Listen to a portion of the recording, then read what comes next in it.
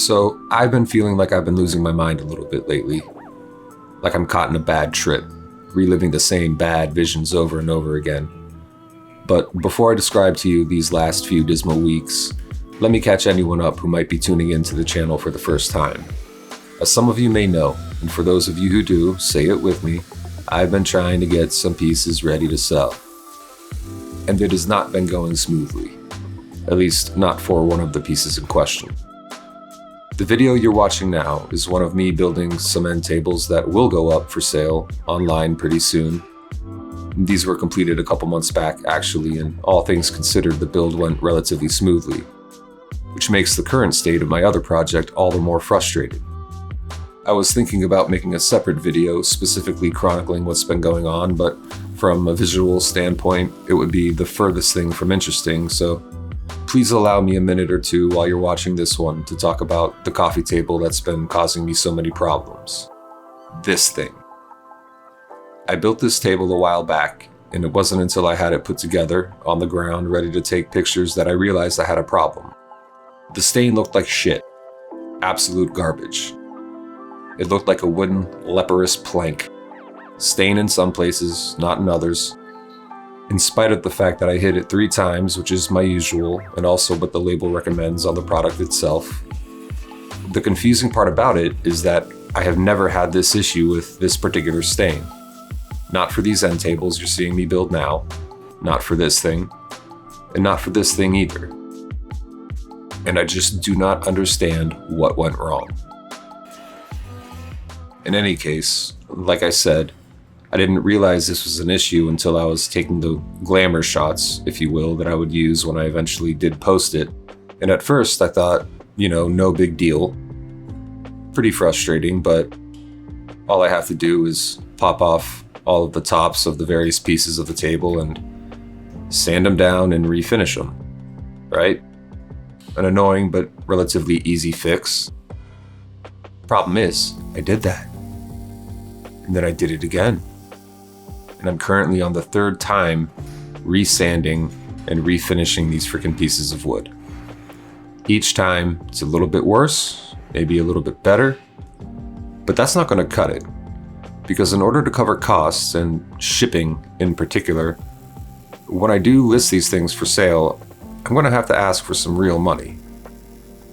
And I'll talk a little bit more about this in a bit here, but if I'm going to be asking somebody to pay what I'm going to have to eventually end up charging for these tables, then they damn sure better be as good as I can make them.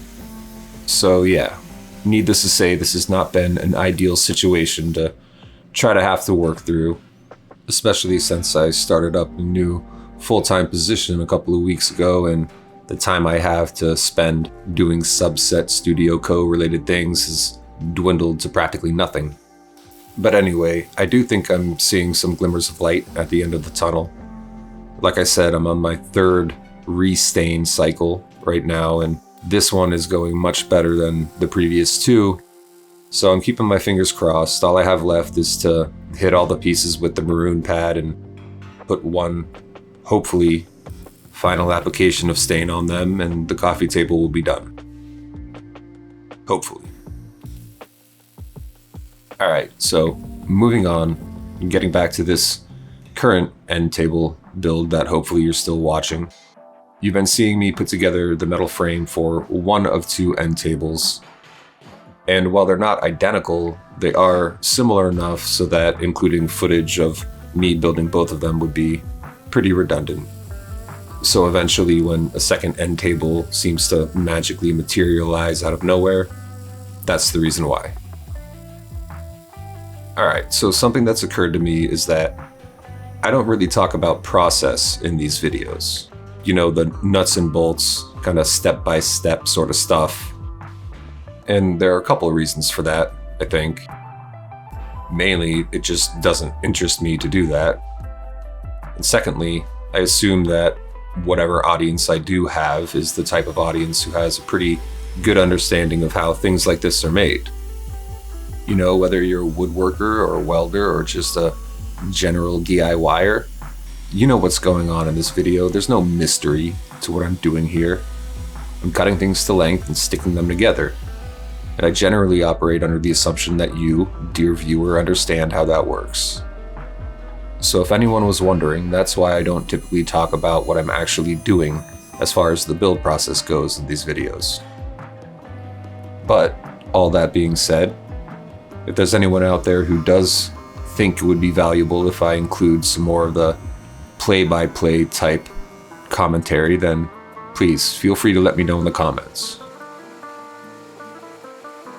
So I briefly touched on this a little bit earlier in the video, but one of the last details that I still need to figure out is how much money I'm going to ask for these pieces.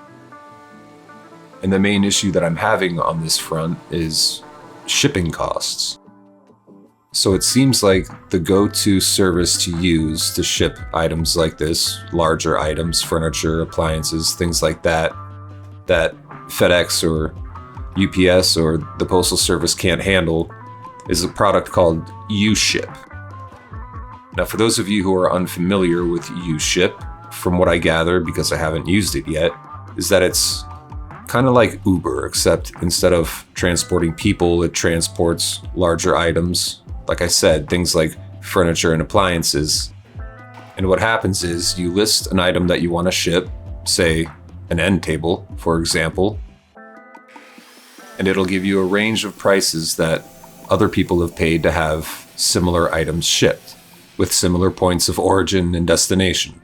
And from that, you'll basically post a job saying that I want this item shipped and I'm willing to pay this much money to have somebody come pick it up and take it to its destination.